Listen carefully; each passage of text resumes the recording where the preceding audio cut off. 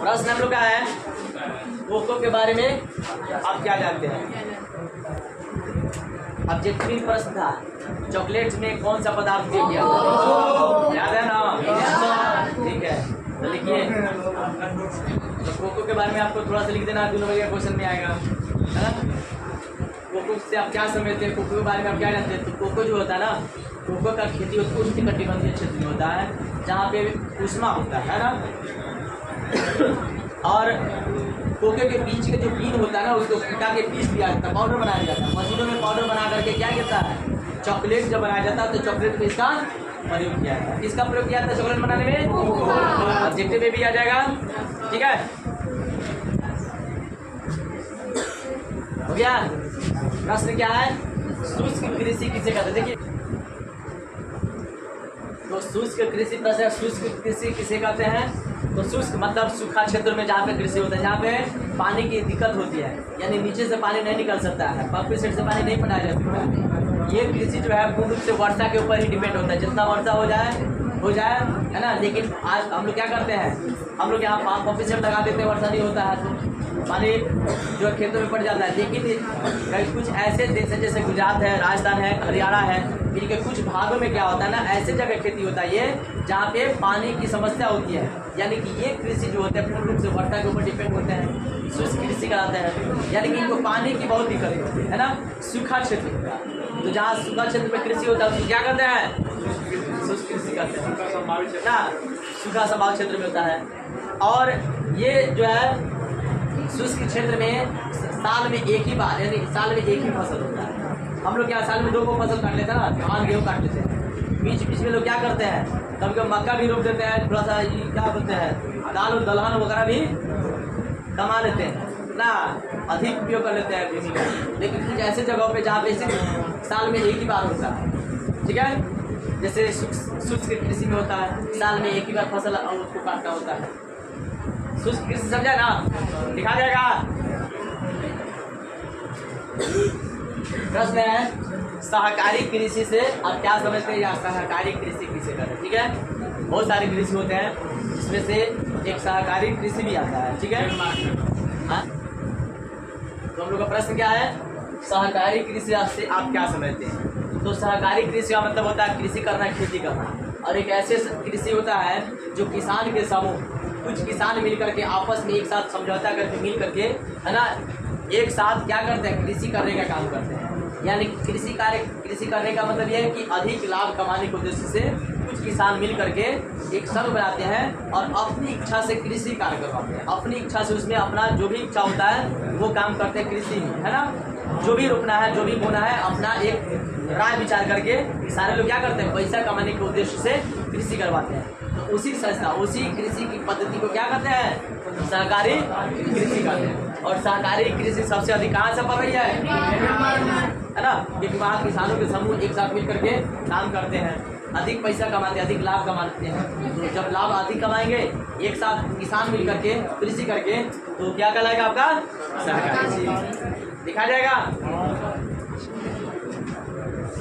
हाँ, तो प्रश्न हम लोग का क्या, हरित क्रांति से आप क्या समझते हैं, या हरित क्रांति किसे कहते हैं? ठीक है, आप मैट्रिक में पढ़े होंगे हरित क्रांति, पढ़े कि नहीं पढ़े? यानी कि खाद्यान्न में, यानी पैदावार में वृद्धि करना हरित क्रांति के अंतर्गत रखा गया था। जब जनसंख्या बढ़ेगा तो क्या होगा, खाद्यान्न संकट उत्पन्न होगा ना, और उसमें वृद्धि करना जरूर हर हालत में होगा। तो उस चीज़ को वृद्धि करना, यानी कि कृषि में वृद्धि करना क्या कहलाएगा, हरित क्रांति। ठीक है, तो इसको थोड़ा समझिएगा। हरित क्रांति मतलब जब जनसंख्या अधिक बढ़ने लगा, और जनसंख्या अधिक बढ़ने से क्या हुआ, कृषि से संबंधित चीज़ जो है, जैसे खाने पीने की चीज़ है, वो हम लोग यहाँ कम पड़ने लगा। जाहिर सी बात है, जनसंख्या अधिक होगा, पैदावार कम होगा, तो भूखमरी आ जाएगा ना, और भूखमरी आएगा तो देश में अकाल पड़ जाएगा। अभी आप देखिए ना, अभी आप जब बरसात नहीं हो रहा है ना, तो बरसात नहीं होने के कारण क्या होगा, धान कम होगा, और धान कम होगा तो देखिए इसका महंगाई कितना बढ़ रहा है, और मार हो जाएगा। खाने पीने की चीज़ को लेकर इतना ना अधिक जनसंख्या है, पैदावार कम हो जाएगा, जनसंख्या अधिक बढ़ जाएगा, तो क्या होगा, खाने पीने की चीज़ में किल्लत हो जाएगी। तो ये सब समस्या को देखते हुए 1967 के बाद क्या किया गया कि एक लक्ष्य रखा गया। है ना। लक्ष्य ये रखा गया कि हम लोग क्या करें कि पैदावार में अधिक वृद्धि हो। पहले धान होता था, सेंगरा होता था, तंगुली होता था, सोना मंसूरी होता था, कोदो होता था, लेकिन वो सारा चीज़ कहाँ हुआ, खत्म हो गया। धीरे धीरे कहीं धीरे धीरे उसका क्या हो गया, पतन हो गया, खत्म हो गया, ठीक है, क्योंकि उसका पैदावार जो है बढ़ नहीं रहा था, नए मॉडल में जस के तस था। अब हुआ क्या, 1967 के बाद एक लक्ष्य रखा गया क्या कि हरित क्रांति, यानी कि कहने का मतलब है खेतों में ऐसा कुछ प्रयोग किया जाए, ऐसा प्रोडक्ट लाया जाए, ऐसा बीज भंडारण किया जाए, बीज लाया जाए ताकि फसल उन्नत किस्म का हो, पैदावार अधिक हो, क्योंकि जनसंख्या अधिक हो रही है। तो एक से एक प्रकार की आपका क्या आ गया, नए जो हाइब्रिड का आप देख रहे हैं ना सब्जी। पहले हम लोग यहाँ जो भिंडी होता था, छोटा छोटा होता था, देसला भिंडी करते बड़ा अच्छा लगता है, लेकिन अब हाइब्रिड इतना बड़ा बड़ा भिंडी आ गया, कौनों परम का नहीं लग रहा है सब्जी उसका। जो हम लोग यहाँ जो पैदावार होता है उसमें और जो बाहर जा रहा बहुत अंतर है। हाइब्रिड आ गया, एक से केमिकल डाल करके पैदावार को बढ़ाने का प्रयास किया गया। सप्ताह में 2 बार 3 बार छिड़काव किया जा रहा है पैदावार अधिक होने का, है ना।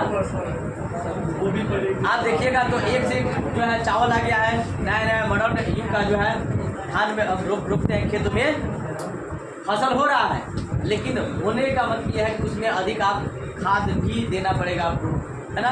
तो 1967 के बाद जब ये लक्ष्य रखा गया पैदावार कैसे बढ़ाया जाए, तो अनेक प्रकार के उन्नत किस्म का बीज भट आ गया।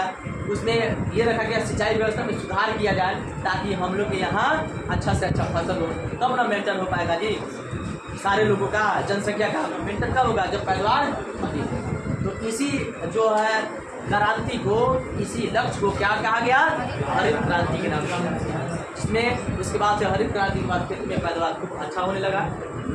अभी देखिए पहले क्या होता था, गोबर से पूरा खेती होता था, खाद से पूरा खेती होता था, अच्छा होता था खेती, लेकिन धीरे धीरे क्या हुआ, आज लोग मवेशी खाद कम देते हैं, ज़्यादा यूरिया पोटास जितना भी प्राकृतिक खाद है, रासायनिक खाद है, वो ज़्यादा देते हैं। और इसका मतलब कहीं ना कहीं ये होता है कि भूमि का क्षय होना, धीरे धीरे भूमि क्या हो जाएगी, बंजर हो जाएगी, सींच करके उसको खींचता है, जबरदस्ती खींचता है उसको, उर्वरक शक्ति जिससे खींचता है। और जबरदस्ती खींचने का कब होता है, जब मटेरियल खत्म हो जाता है ना, मटेरियल खत्म हो जाएगा तो क्या होगा, जबरदस्ती वो जो हम लोग का रासायनिक खाद है जबरदस्ती नीचे खींचेगा, और खींचेगा तो खींचते खींचते क्या होगा, उर्वरक शक्ति समाप्त हो जाएगी, भूमि बंजर, ठीक है। तो कहीं ना कहीं इसका उल्टा प्रभाव भी, विकास का उल्टा प्रभाव भी, विनाश भी कभी कभी पड़ता है, ठीक है। तो हरित क्रांति समझे ना, लिखा जाएगा, कोई दिक्कत।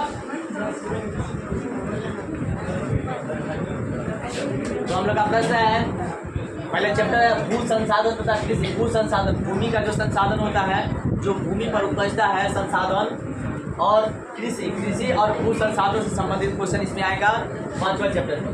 पहले का क्वेश्चन है, भारत के किन्हीं 4 खरीफ फसल का नाम लिखा है। जो खरीफ फसल कितने प्रकार का होता है, 2 प्रकार का होता है, एक होता है रबी और दूसरा होता है, रबी में जैसे गेहूँ आ जाएगा, खरीफ में जैसे चावल, है ना। और इसमें खरीफ फसल का 4 गो नाम लिखना है आपको, ठीक है। कौन कौन से खरीफ फसल है लिखिएगा, चावल, मक्का, ज्वार, चावल, मक्का, ज्वार तथा बाजरा।